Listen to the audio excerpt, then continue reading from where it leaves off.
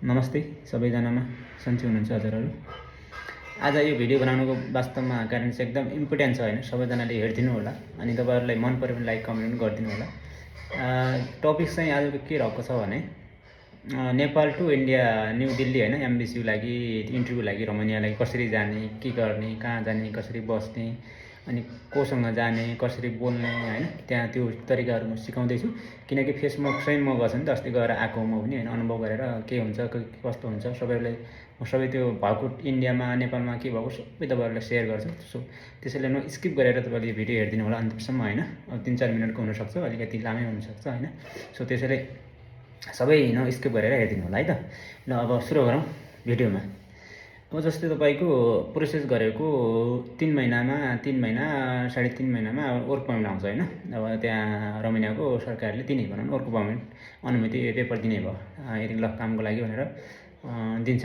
अनि दिएको work permit दिएको अब 1-2 महिनापछि तपाईको दिल्लीको एमबीसी लागि इन्टरभ्युको हुन्छ टाइम हुन्छ। अनि यति बेला टाइम भनेर त मेन पावरले इन्फो गर्छ हजुरहरूलाई, अलरेडी गर्छ आएको पछि हैन। त्यो डेटको तारिख यति तारिख इन्डिया जानुपर्छ भनेर एमबीसीले त्यहाँ इन्फो गर्छ मेन पावरले, अनि मेन पावरले तपाईहरुलाई इन्फो गर्छ हैन।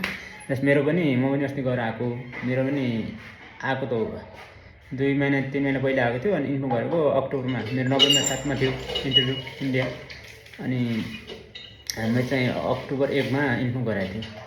अनि तपाईको वर्क पर्मिट आएको छ, अनि त्यसपछि जानुपर्छ यताउता गरेर त्यहाँ यति पे गर्नुपर्छ भनेर भनेको थियो कि। अब मेरो त अब टोटल 16,000 लिएको थियो हैन। अब एउटा 1,000 पुलिस रिपोर्ट चाहिँ 14,000 चाहिँ आउने जाने टिकट हैन बसमा। अनि बाटोमा खाना त आफ्नै अलग्गै आफै गर्नुपर्छ।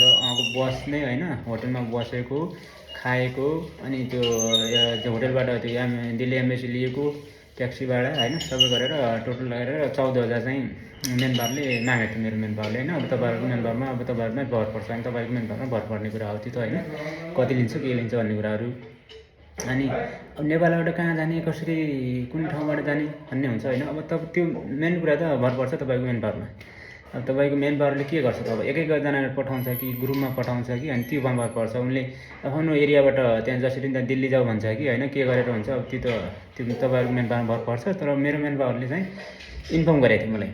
अब नोभेम्बर 7 मा मेरो इन्टरभ्यु थियो भने उनले अक्टोबर 1 मै फोन गरेर ल है तपाईको वर्क पर्मिटको यति दिल्ली एमबीसीमा यति इन्टरभ्युको तारिख यति 7 तारिखको छ, यति रेडी हुन ल, 16,000 चाहिँ रेडी गरेर बस्नु होला भनेर इन्फर्म पहिला गरिसकेको थियो हैन। मैले पनि त्यसैले सब तयारीमा थिएँ अनि त्यसपछि अब कसरी जाने त भनेर मेरो अनुभव के आफूले गरेको कुराहरु भन्ने छु हजुरहरुलाई। अब त्यो त आफ्नो तपाईहरुको मेन पावरमा भर पर्छ है, त्यो कस्तो गर्छ के गर्छ तपाईहरुले गर्छ। तर मेरो मेन पावरले भनेका कुराहरु, मैले भोगेको कुराहरु, कसरी गएँ कसरी कहाँ गएँ भनेर कुरा म तपाईहरुलाई शेयर गर्दै छु है। यो भिडियो चाहिँ अन्तिमसम्म हेर्दिनु होला नस्किप गरेर।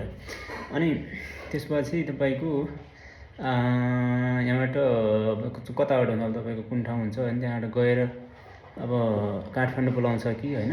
अब काठमाडौँ बोलायो भने काठमाडौँ जाने, तपाईहरुको लोकेसनबाटै अब सिधै त्यहाँ एमबीसी दिल्ली जान लागि पनि अब भन्न सक्छ। अब उनीहरु जस्तै हाम्रो मेन पावरले चाहिँ हामीहरुले सबैलाई काठमाडौँ बोलाएको थियो हैन। अब काठमाडौँ पनि मेन पावरले बोलाएको थियो। अनि यसो गरेर अब भनेर अनि सबैजनाले त्यहाँ काठमाडौँ गएको थियौँ हामी हैन। काठमाडौँ गएर त्यहाँ कलङ्की बाबुल भन्ने ठाउँबाट जान्छ बस, त्यहीँ लाग्छ हैन। त्यहाँबाट जान्छ अनि 24 घण्टा लाग्छ न्यू दिल्ली जान।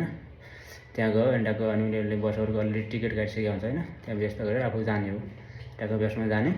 अनि बाटोमा बसेको खाएको हैन, अब जा चाहिँ आफ्नो पकेटबाट तिर्नुपर्छ। सो त्यहाँ दिल्ली चाहिँ होटलमा बसेको प्लस त्यहाँको ट्याक्सीले यताउता हैन अप डाउन गरेको जानुपर्छ नि त। अब होटलबाट एमबीसी जान लागि त ट्याक्सीमा चढेर जाने हो, हिँडेर सम्भव हुँदैन। सो त्यसैले त्योको बसेको खाना बसेको होटलमा बसेको अनि त्यो ट्याक्सीको आउजातको पैसा अलरेडी मेन पावरले अब पहिला हामीबाटै लिइसकेको हुन्छ नि त 16,000, त्यही भित्रै उनीहरु सब व्यवस्था गरे हुन्छ हैन। सो त्यसैले बाटोमा खर्च खाना चाहिँ आफ्नै हुनुपर्छ।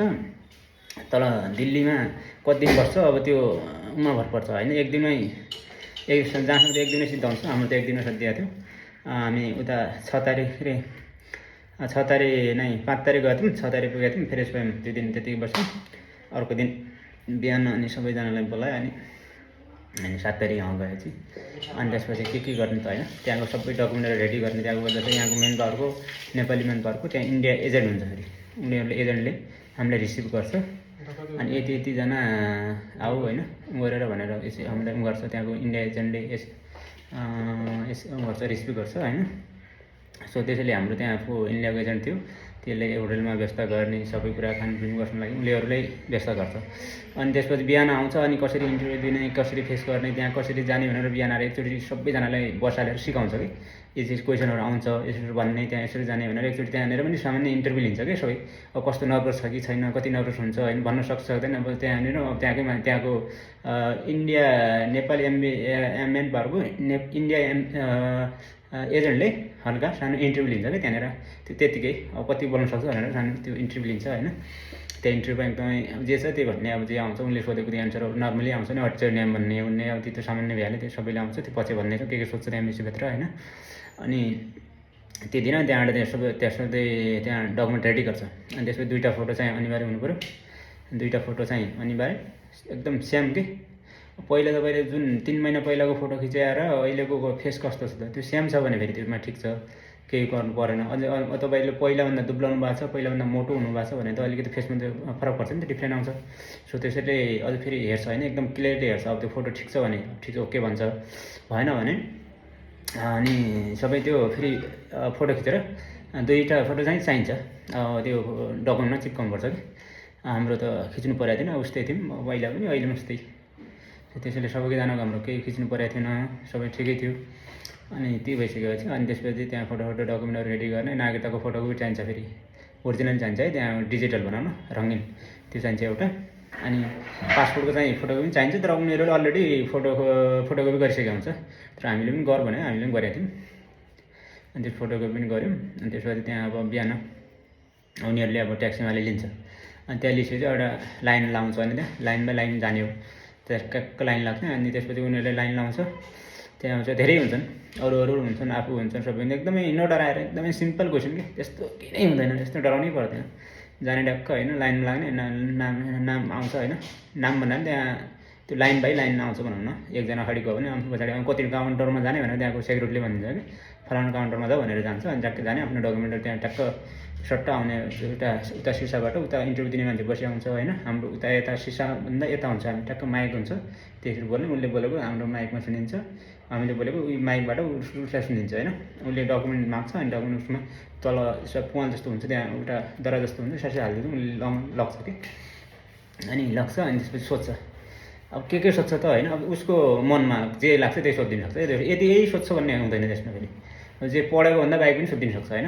त्यो जस्तै मलाई सोधेको थियो हच्चेर नेम होइन त्यो नाम के हो कति वर्षको भइस् होइन त्यहाँ किन जान्छस् रमिना किन चुज गरिस् होइन त्यसपछि त्यहाँ 2 वर्ष कन्ट्याक्ट सिद्धिसो त्यो पछि के गर्छस् त्यो सोधेको थियो मलाई। अनि सिङ्गल हो कि म्यारिड हो भनेको थियो होइन अनि त्यस्तो भनेको थियो मलाई अब सबै कुराहरू त्यस्तो सोधेको थियो नर्मली न केही थिएन त्यस्तो नर्मली भनेको कुराहरू एकदम नडराएर ढुक्क भएर बस्ने होइन एउटा अनुशासित भएर बस्नुपर्छ क्या त्यहाँ यताउता चल्ने अब होइन उनीभन्दा बढी बाठो हुने जान्ने हुने एकदमै सिम्पल के सिम्पल एन्सर दिने एकदम छोटो मिठो एस नो मात्रै दिने हो कि त्यो धेरै दिने होइन फेरि धेरै दियो भने धेरै सोध्छ एकदम एस नो मात्रै दिने क्या। जस्तै डु यु हेभ एनी होइन फ्यामिली फ्रेन्ड फ्यामिली छ कि अन्य युरोपको कन्ट्रीमा छ कि छैन भन्नु सक्छ त्यहाँनिर नो मात्रै भने नो भन्दा पुग्यो अरू धेरै दिनु पर्दैन त्यहाँ नो भन्ने छ भने पनि भन्नु हुँदैन फेरि छ भन्नु हुँदैन नि फेरि छ नो भन्ने कि नभए पनि नो।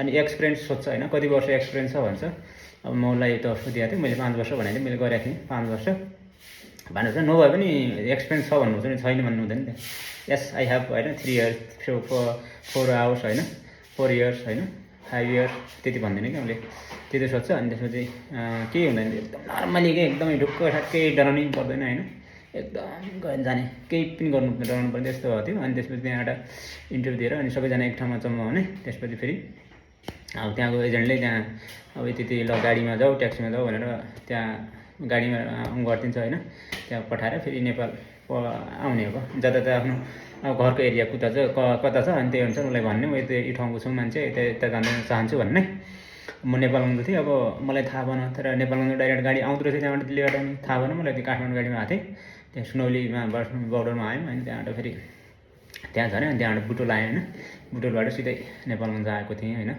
सो यही नै हो होइन उहाँको सामान्य कुराहरू हो होइन त्यस्तो डराउनै पर्दैन एकदम। अनि मोस्ट इम्पोर्टेन्ट कुरा चाहिँ के छ भने फेरि हजुर त्यो नभुल्नुमा नि फेरि चाहिँ कुरा चाहिँ सुन्नुपर्छ सबैको होइन, निर्णय गर्ने आफूले हो कि। फेरि त्यही गर्दा मेरो हल्का सानो डकुमेन्टमा मिस्टेक छ कि, त्यो भएको रिजेक्ट हुने सम्भावना धेरै हुन्छ। फेरि एकदम केयरफुल हुने त्यहाँनिर। नेपालमा तपाईँले इन्टरभ्यू हुन्छ, अब त्यहाँनिर अब भिडियो कलबाटै इन्टरभ्यू हुने हो नि त, त्यहाँनिर उसले सिलेक्ट गरेर मात्र त्यहाँ प्रोसेस हुने वर्क पर्मिटको लागि। हाम्रो इन्टरभ्यू भएको थियो नि त, हामी सिलेक्ट भएको थियौँ।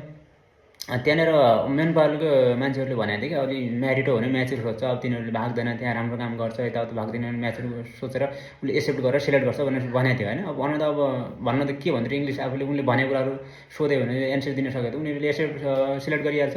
अब मेन पावरले भनेको कुरा मैले लागु गरेँ, अनि लागु गरेर मेरो त्यहाँनिर कुरो बिग्रिएको छ कि। अनि सुन्नु चाहिँ कुरा चाहिँ सबैको पर्छ, निर्णय गर्ने आफ्नो आफूले गर्ने, के गर्ने नगर्ने आफूले मात्रै हो। अरूको कुरा सुन्नु, अरूको कुरा सुन्यो भने कुरो बिग्रियो, त्यस्तो मेरो भयो छ। फेरि उनीहरूले के भन्यो भने मेन पावरमा म्यारिट भनेपछि म्याचुर देखिन्छ, सिलेक्ट गर्छ है तिनीहरूले भनेर भनेको थियो। मैले ओके छ त भनेर मैले पनि म्यारिट भनिदिएको थिएँ। अब त्यही कुराहरू त्यो इन्टरभ्यूमा भनेका, नेपालमा भनेको कुराहरू त्यो इन्डिया मेसमा हुन्छ अरे, त्यो डाटा भन्ने थाहा थिएन मलाई, त्यो हुँदो रहेछ त्यहाँ होइन।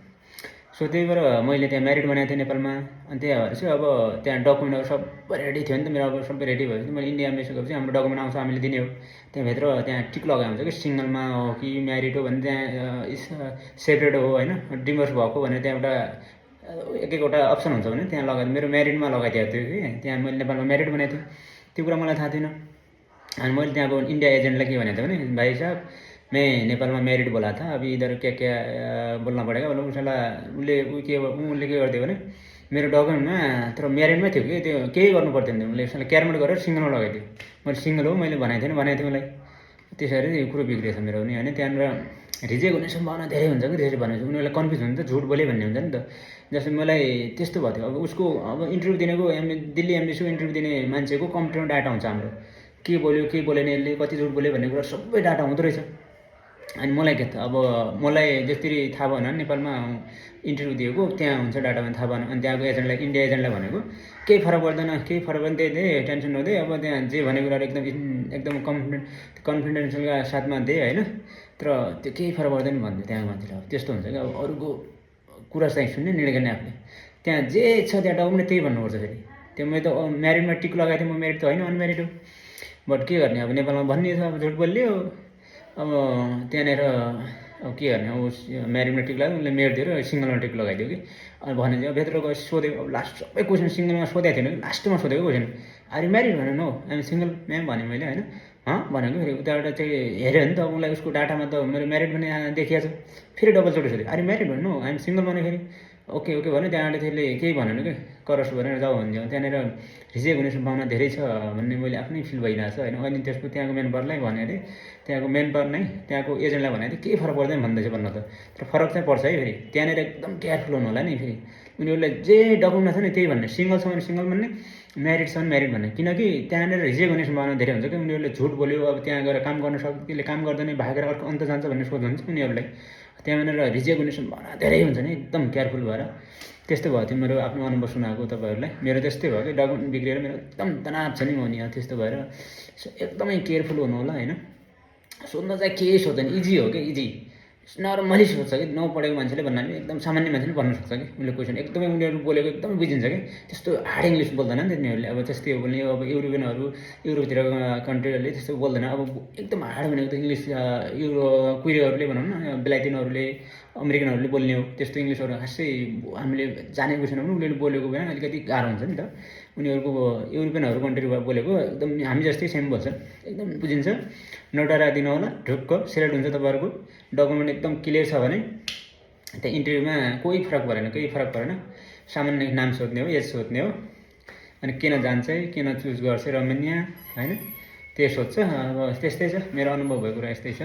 र हजुरहरूलाई कस्तो लाग्छ, भिडियो मन पऱ्यो भने सेयर गरिदिनु होला अरूलाई पनि होइन, इन्फो होस्। अब तिनी जानेहरूलाई पनि अब एकदम तयारीका साथ बस्नु होइन, यही छ सबसे होइन। अब जाँदाखेरि अब एकदम केयरफुल हुन, डकुमेन्टमा जे छ त्यो भन्नु होला। इङ्ग्लिसमा त्यो इन्टरभ्यू जाँदाखेरि इन्डिया होइन। ल यस्तै छ, अहिलेको लागि यति नै, बाई। अब चाहिँ अर्को भिडियोमा भेटौँला। अब तपाईँलाई के कस्तो लाग्छ कमेन्ट गर्नु होला होइन। अब अर्को भिडियो बनाउनुपर्छ भने अर्को भिडियो पनि बनाउँला। ल अहिले लागि यति नै भयो, ल बाई।